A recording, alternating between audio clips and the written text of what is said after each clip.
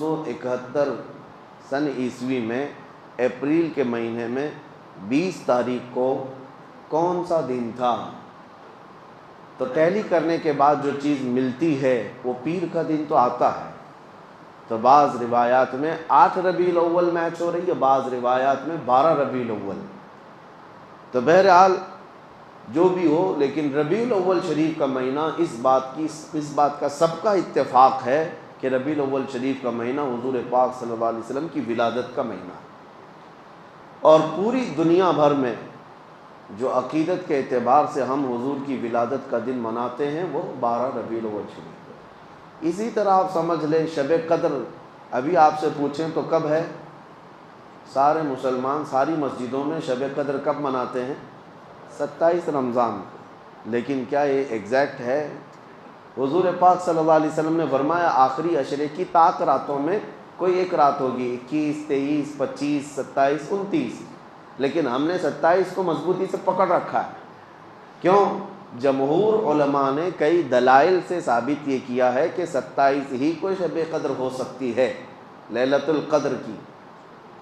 ان کا غالب گمان ہے اور اکثر علماء کا اس بات پر اتفاق ہے، اور رب ذوالجلال کی سنت ہے کہ مومنین جس بات کو اچھا سمجھتے ہیں وہ اللہ کے نزدیک بھی اچھا ہوتا ہے.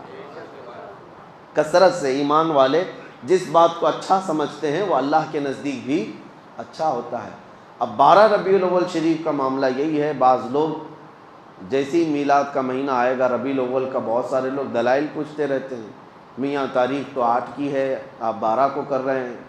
حضور کی ولادت ہی کرنا ہے تو پھر 8 کا ہے، 12 کا اختلافات ہے، لہٰذا تم کیوں کر رہے ہو اس طرح؟ ان کا مسئلہ 8 اور ربیع الاول کا نہیں ہے. ان کا مسئلہ صرف یہی ہے، سوائے ابلیس کے جہاں میں سبھی تو خوشیاں مناتے ہیں. ان کا مسئلہ صرف یہ ہے کہ منانا ہی نہیں ہے. آپ ان دلیل پوچھنے والوں سے صرف اتنا کہیں کہ ٹھیک ہے میاں ہم 12 کو کر رہے ہیں، آپ 8 کو کر لیں، دونوں قول پر جمع ہو جائے. نہیں، انہیں نہ 8 پہ کرنا ہے نہ 12 پہ کرنا ہے، محض اختلاف اور انتشار لوگوں کے ذہن میں سپریڈ کرنا ہے. بہرحال آپ کو ایک تاریخی روایت میں نے آپ سامنے رکھی. نبی پاک صلی اللہ علیہ وسلم کی ولادت پاک ربیع الاول شریف کے مہینے میں ہوئی، اور جمہور علماء یعنی اکثر امت کا اس بات پر اتفاق ہے کہ وہ 12 ربیع الاول شریف اور پیر کا دن تھا. اب آگے آئیں ولادت کے مختصر حالات.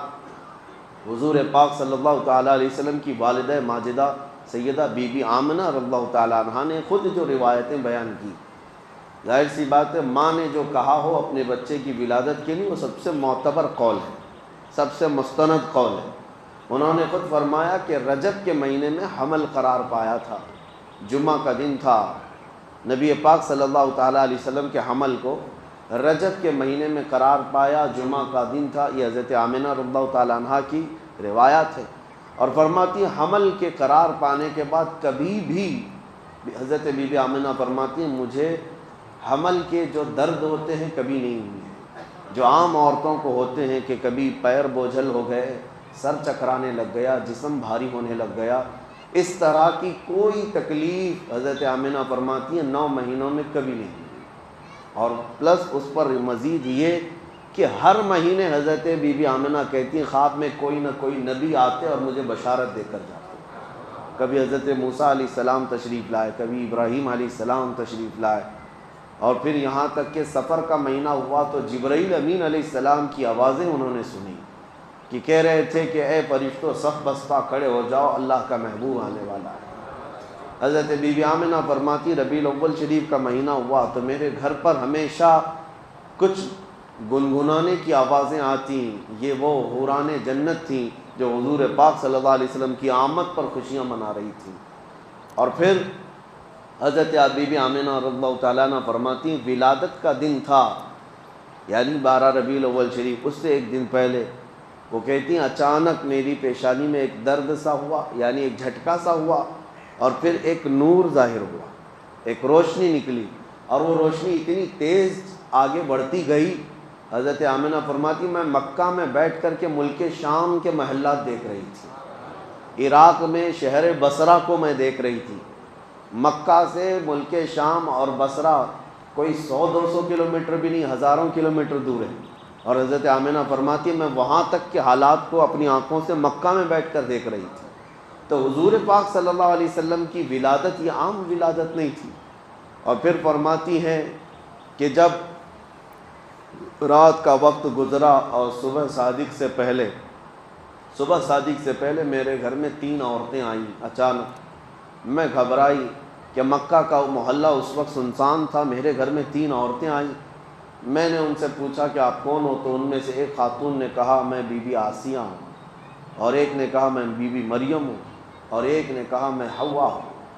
یہ 3 مقدس مائیں پوری کائنات کی جو سب سے زیادہ پاکیزہ خواتین میں شمار کی جاتی ہیں، اور وہ بشارت دیتی ہوئی آئیں کہ ہم تمہارے بیٹے کی دایا بن کر کے آئیں۔ پھر نبی پاک صلی اللہ تعالیٰ علیہ وسلم کی ولادت پاک ہوئی۔ حضرت بی بی آمنہ فرماتی ہیں اچانک کمرے میں ایک تیز روشنی بجلی جیسی چمکی، اور پھر حضور پاک صلی اللہ تعالیٰ علیہ وسلم ظاہر ہوئے، اور اس حالت میں ظاہر ہوئے کہ غسل دیے ہوئے تھے۔ کوئی دنیا میں بچہ اس طرح نہیں آتا، لیکن حضور پاک صلی اللہ علیہ وسلم غسل دیے ہوئے تھے، اور کسی نے حضور پاک کے جسم کو نہیں دیکھا۔ حضرت بی بی آمنہ فرماتی ہیں وہ سجدے کے عالم میں تھے، اور تیز خوشبو پورے کمرے میں مہک رہی تھی۔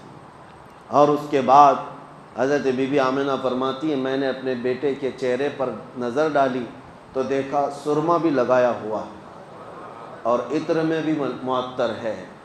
اور اچانک پھر 3 لوگ میرے گھر کے اندر داخل ہوئے۔ آتے ہی میں ان کو نہیں پہچانتی تھی، وہ 3 اللہ کے فرشتے تھے۔ انہوں نے حضور پاک صلی اللہ علیہ وسلم کو اٹھایا، اور ایک بہت بڑی تشت، ایک بہت بڑی تھال وہ اپنے ساتھ لائے تھے۔ اس تشت پر، اس تھال پر حضور پاک صلی اللہ علیہ وسلم کو رکھا۔ ریشم کے کپڑے سے حضور پاک صلی اللہ تعالیٰ علیہ وسلم کو ملبوس کی، یعنی ایک نرم ملائم کپڑے سے حضور پاک صلی اللہ تعالیٰ علیہ وسلم کو ملبوس کیا، اور پھر جو ان کے ہاتھ میں تشت تھا اس سے نبی پاک صلی اللہ تعالیٰ علیہ وسلم پر انہوں نے پانی بہایا۔ پھر اچانک وہ غائب ہو گئے کمرے کے اندر۔ نہ حضرت بی بی آمنہ کہتی نہ میرا بیٹا ہے نہ وہ 3 لوگ ہیں۔ میں گھبرا گئی کہ اچانک یہ کیا ہو رہا ہے، اور یہ کون لوگ ہیں جو میرے بیٹے کو، میرے لال کو لے کر چلے گئے۔ تھوڑی دیر کے بعد پھر سے وہ ظاہر ہوئے، اور انہوں نے کہا مبارک ہو سیدہ آمنہ، تمہارے گود میں اللہ کا محبوب آرام کر رہا ہے، اللہ کا محبوب تمہیں دیا گیا ہے۔ اور ہم اس محبوب رب کائنات کو لے کر کہاں گئے تھے؟ فرماتے اللہ کا حکم تھا کہ سارے عالموں کو حضور پاک صلی اللہ تعالیٰ علیہ وسلم کو لے جا کر دکھا دیا جائے، اور سب جگہ اعلان کر دیا جائے کہ اب رب کا محبوب آیا ہے، جہاں جہاں رب کی خدائی ہوگی وہاں میرے محمد کی مصطفائی ہوگی۔ اعلان کرایا گیا اور ملائے اعلیٰ میں لے جایا گیا۔ جتنی کائنات کے حصے تھے نبی پاک صلی اللہ علیہ وسلم کو آنے واحد میں ملائکہ نے سیر کرائی، اور واپس لا کر حضرت بی بی آمنہ کی گود میں رکھ دیا۔ یہ تھی ولادت کے معاملات۔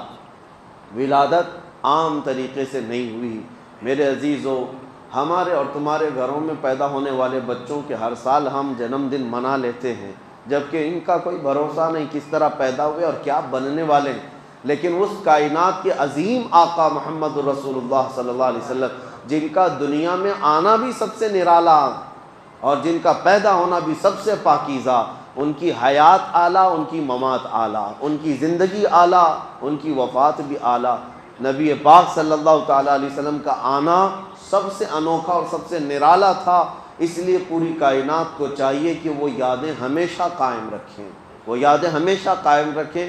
یہ حضور صلی اللہ علیہ وسلم کی سیرت کا باب ہے۔ بچوں کو بھی یہ ٹرانسفر کرنا ضروری ہے، یہ نقل کرنا ضروری ہے کہ حضور پاک صلی اللہ علیہ وسلم کس طرح پیدا ہوئے تھے۔ ادھر ادھر کی کہانیاں سنانے سے بہتر ہے کہ میرے مصطفیٰ کی سیرت بچوں میں منتقل کی جائے۔ اللہ کریم نبی پاک صلی اللہ تعالیٰ علیہ وسلم کی سیرت پاک کے سچے گوشوں پر ہمیں عمل کی توفیق نصیب فرمائے، اور ہمارے سینوں کو رب تعالیٰ حضور کی سیرت سے جگمگائے اور روشن و تابناک فرمائے۔ وآخر دعوانا الحمد للہ رب العالمین۔ السلام علیکم۔